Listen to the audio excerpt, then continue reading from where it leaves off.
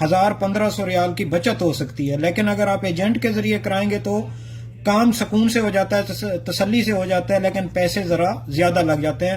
اور آپ نے یاد رکھنا ہے بکنگ آپ نے 14 دن کی انہوں نے کرائی تھی ہماری, آپ نے 15 دن کی کرانی ہے. 15 دن کی اس لیے کرانی ہے کہ آپ کو وہ جو جس دن آپ پہنچے, مثال کے طور پر ہم 9 تاریخ کو پہنچے تھے, انہوں نے سعودی والوں نے 9 تاریخ ہماری کاؤنٹ ہی نہیں کی, انہوں نے 10 تاریخ سے ہمارے 14 دن کاؤنٹ کرنا شروع کیے. تو ہمیں اگلی رات یعنی کہ جب ہم 23 کو 12 بجے ہم بارڈر کا پار کر سکتے ہیں, اس سے پہلے ہم نہیں کر سکتے. پورے 14 دن جب پورے ہوں گے تب آپ پار کر سکتے ہیں. اور یہ یاد رکھنا ہے کہ جس تاریخ کو آپ پہنچ رہے ہیں وہ تاریخ کاؤنٹ. اچھا 5 سٹیپ میں نے آپ کو بتا دیا. 6واں سٹیپ یہ ہے کہ آپ نے یہ ہیلتھ ڈکلیریشن فارم ہے بحرین کا, وہ آپ نے بحرین کی جو ہیلتھ منسٹری ہے اس کی ویب سائٹ سے بھی مل جاتا ہے, ایئر لائن والے بھی دیتے ہیں, اور آپ کو جہاز کے اندر بھی وہی ایئر لائن والے دے دیں گے. سٹیپ 6 یہ ہے کہ آپ نے یہ فارم فل کرنا ہے جس دن آپ کی فلائٹ ہوگی. اس کے بعد ایک اپلیکیشن ہے بی اویئر ایپ, وہ اپلیکیشن آپ نے ضرور اپنے موبائل میں انسٹال کر لینی ہے. یہ بحرین کی جو وزارت صحت ہے, جو ان کی ہیلتھ منسٹری ہے, ان کی طرف سے بنائی گئی ہے, اور اسی کے ذریعے ہی بحرین میں جا کے آپ کے سارے کام ہوں گے. تو اللہ خیر کرے, جب آپ بحرین پہنچ جائیں گے تو آپ نے کیا کرنا ہے کہ بحرین میں آپ نے ٹیسٹ کی فیس پے کرنی ہوتی ہے جو 36 دینار ہے, اور 36 دینار میں آپ کے تینوں ٹیسٹ کور ہوں گے. بحرین میں آپ کے 3 ٹیسٹ ہوتے ہیں. ایجنٹ آپ سے 36 ہر ایک کا بھی مانگ سکتا ہے, کوئی فراڈی لوگ ہو سکتے ہیں, لیکن آپ نے یاد رکھنا ہے کہ یہ 36 بحرینی دینار یعنی 360 ریال جو ہے یہ آپ کے تینوں ٹیسٹ کی فیس ہے. یا تو یہ آپ ایئرپورٹ پہ جمع کرا سکتے ہیں, اور آپ کے پاس جو بی اویئر اپلیکیشن ہے آپ اس کے ذریعے بھی پاکستان بیٹھے بھی کرا سکتے ہیں, کوئی مسئلہ نہیں. اور ایئرپورٹ پہ بھی 2 آپشن ہیں, یا آپ اے ٹی ایم کارڈ سے جمع کرائیں یا کیش بھی جمع کرا سکتے ہیں. جب آپ یہ جمع کرا لیں گے فیس, اس کے بعد آپ کو آگے وہ خود ہی راستہ بنا ہوا ہے, چلتے چلتے آپ پہنچ جائیں گے جہاں آپ کا ٹیسٹ ہوگا, پہلا ٹیسٹ ہوگا. جب آپ کا بحرین ایئرپورٹ پہ ٹیسٹ ہو جائے گا, اس کے بعد جناب آپ ہوٹل آئیں گے یا آپ کی کہیں اور رہائش ہے تو آپ وہاں چلے جائیں گے.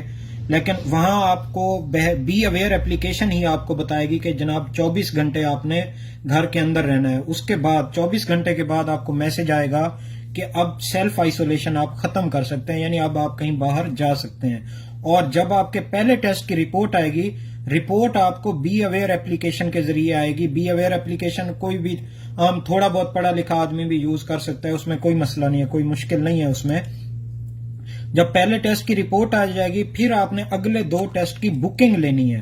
وہ بکنگ بی اویئر اپلیکیشن سے ہی ملے گی. یاد رکھیے گا کہ دونوں ٹیسٹ کی ایک ساتھ بکنگ لینی ہے. تاریخوں کا خیال رکھنا ہے. جو دوسرا ٹیسٹ ہے اس کا تو کوئی مسئلہ نہیں ہے, جب بھی رکھ لیں, لیکن تیسرا ٹیسٹ آپ نے تب کرانا ہے کہ اس کے 72 گھنٹوں کے اندر آپ واپس سعودیہ پہنچ جائیں.